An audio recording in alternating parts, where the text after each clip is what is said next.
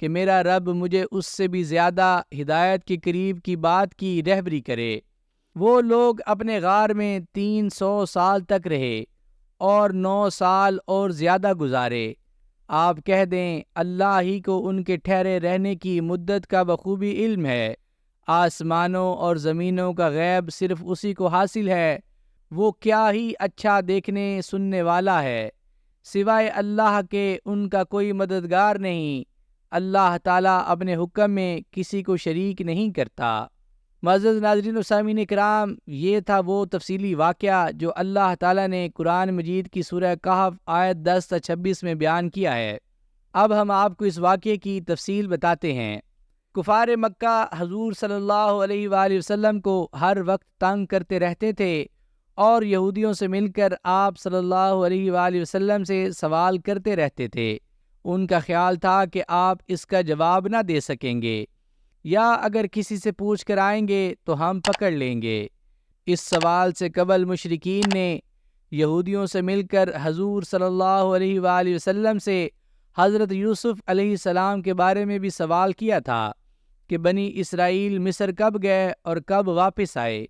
اس سوال کے جواب میں اللہ تعالیٰ نے آپ صلی اللہ علیہ وآلہ وسلم کی زبان سے پورا قصہ جاری کر دیا۔ یہ تمام قصے یہودیوں کی کتاب میں درج تھے اور مکہ والوں کو ان قصوں کا کوئی علم نہ تھا۔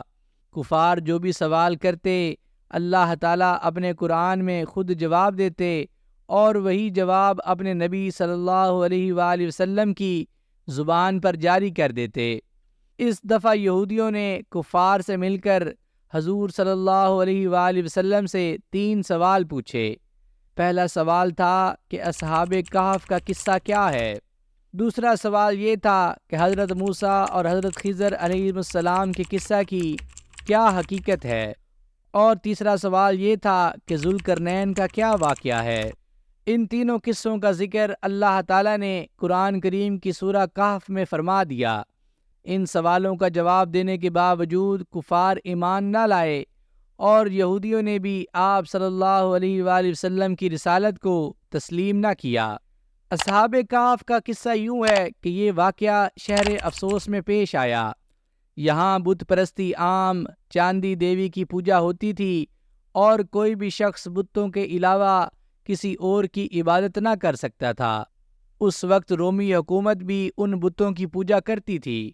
حضرت عیسیٰ علیہ السلام نے جب توحید کی تبلیغ شروع کی تو ہر طرف سے آپ کی مخالفت شروع ہو گئی، لیکن یہ دعوت ان تمام مخالفت کے باوجود پھیلنے لگی تو روم میں بھی لوگوں نے اس دعوت کو قبول کرنا شروع کر دیا۔ بادشاہ کیونکہ بت پرست تھا، اس نے اپنے ملک میں سختی کر رکھی تھی کہ جو عیسائی مذہب قبول کرے گا تو اس کو سنسار کر دیا جائے گا۔ اس کے باوجود چند نوجوانوں نے عیسائی مذہب اختیار کر لیا۔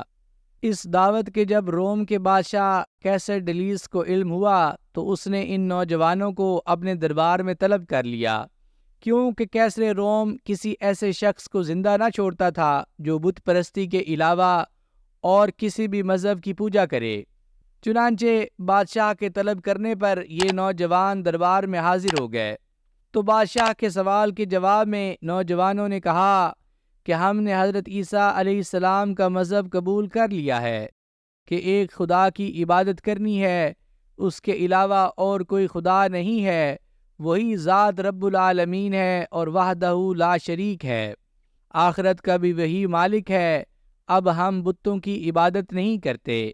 یہ الفاظ سن کر کیسر روم ناراض ہو گیا اور کہا کہ تم ابھی بچے ہو، میں تمہیں 3 دن کی مہلت دیتا ہوں، اگر تم نے عیسائی مذہب کو نہ چھوڑا اور ہمارے بتوں کی پوجا نہ کی تو میں تمہیں سنسار کر دوں گا۔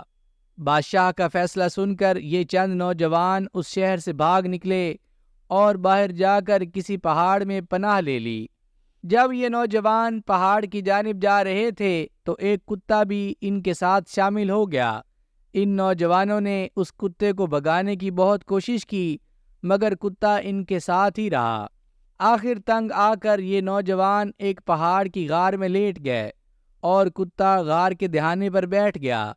یہ نوجوان تھک گئے تھے، غار میں ابھی لیٹے ہی تھے کہ ان کو نیند آ گئی۔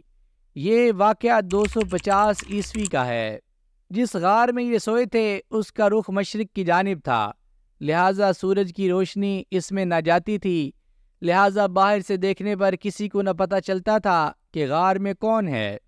اللہ تعالیٰ نے ان کی جانیں قبض کر لیں اور ان کو اللہ تعالیٰ کروٹیں بھی بدلواتا رہتا تھا۔ اللہ تعالیٰ نے یہ منظر خوفناک بنا دیا تھا، وہاں کوئی جانے کی جرت نہیں کرتا تھا۔ اللہ تعالیٰ نے ان کی تعداد نہیں بتائی، مگر لوگ تبصرہ کر رہے تھے کہ 3 تھے، چوتھا ان کا کتا تھا، کچھ لوگ کہتے کہ 5 تھے، چھٹا ان کا کتا تھا، کوئی 7 کہتے اور 8واں ان کا کتا تھا۔ اللہ تعالیٰ نے اپنے نبی صلی اللہ علیہ وآلہ وسلم سے فرمایا، آپ صلی اللہ علیہ وآلہ وسلم لوگوں سے فرما دیں کہ ان کی تعداد اللہ تعالیٰ ہی جانتے ہیں کہ کتنی تھی۔ بعض مفسرین نے لکھا ہے کہ یہ نوجوان 197 سال تک سوئے رہے۔ جب یہ سوئے تو اس وقت روم پر کیسر ڈیلیس کی حکومت تھی جو بتوں کی پوجا کرتے تھے۔ جب اللہ تعالیٰ نے ان کو جگایا اس وقت روم پر حکومت تھیوڈیسیس دوم کی حکومت تھی۔ اس وقت ملک سے بت پرستی کا خاتمہ ہو چکا تھا اور تمام ملک میں عیسائی مذہب پھیل چکا تھا اور بادشاہ بھی عیسائی تھا۔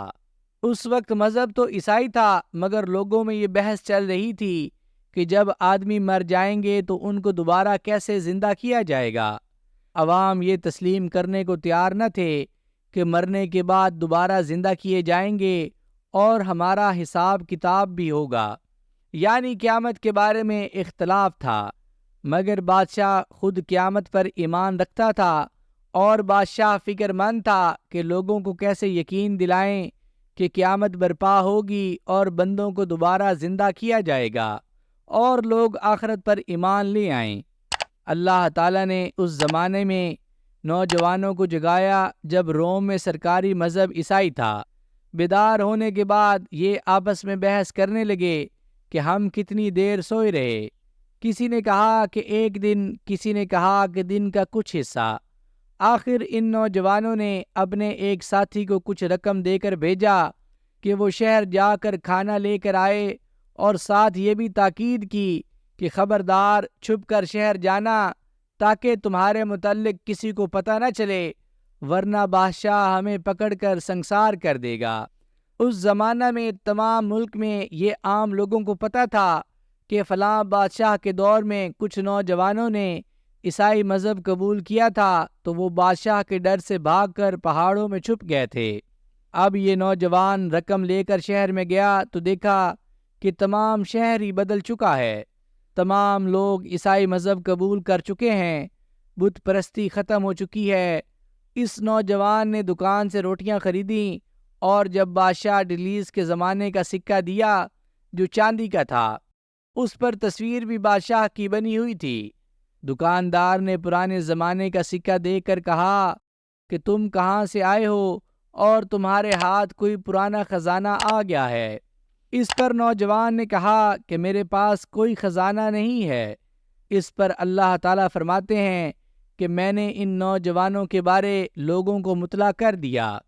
اس نوجوان نے کہا کہ ابھی کل ہی کی بات ہے کہ میں اور میرے ساتھی بادشاہ کے خوف سے ایک پہاڑ کی غار میں چھپ گئے تھے اور یہی باتیں لوگوں میں عام تھیں، لہٰذا دکاندار نے شہر کے کوتوال کو اطلاع کر دی اور کوتوال نے ان نوجوانوں سے خود بات کی۔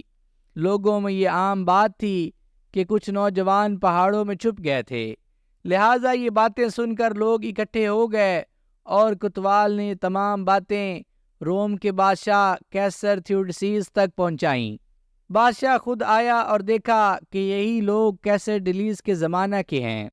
مفسرین کی اکثریت کا خیال ہے کہ یہ نوجوان 309 سال سوئے رہے، مگر اللہ تعالیٰ فرماتے ہیں کہ میعاد کے متعلق اللہ تعالیٰ ہی بہتر جانتے ہیں۔ چنانچہ کیسر روم تھیوڈیس نوجوانوں کے ساتھ غار تک گیا تو یہ نوجوان اپنے ساتھیوں کے پاس اندر تک گیا تو اللہ تعالیٰ نے ان کی روح قبض کر لی۔ بادشاہ نے اس غار کے اوپر کلیسا تعمیر کر دیا۔ اس واقعے سے ایک بات ثابت ہو گئی جو لوگوں کے درمیان تنازع تھا کہ اللہ تعالیٰ جب چاہے دوبارہ زندہ کر سکتا ہے۔ تو قیامت کے دن بھی اسی طرح زندہ کرے گا۔ اس کا صرف ایک حکم ہوگا تو لوگ زندہ ہو جائیں گے۔ لوگوں میں یہ جو بحث چل رہی تھی اس کا بھی فیصلہ ہو گیا۔ معزز ناظرین و سامعین اکرام، میں امید کرتا ہوں کہ اصحاب کہف کا پورا تفصیلی واقعہ جو اللہ تعالیٰ نے قرآن مجید میں بیان کیا ہے، یہ سن کر آپ کے علم میں ضرور اضافہ ہوا ہوگا۔ اگر آپ کو اس چینل پر پیش کی جانے والی ویڈیوز پسند آ رہی ہوں تو اس چینل کو لائک، شیئر اور سبسکرائب ضرور کر دیجیے گا، اور ساتھ دیے گئے بیل کے آئیکن کو بھی دبا دیجیے تاکہ آگے آنے والی مزید دلچسپ ویڈیوز آپ تک پہنچتی رہیں۔ مجھے اپنی دعاؤں میں یاد رکھیے گا۔ جزاک اللہ۔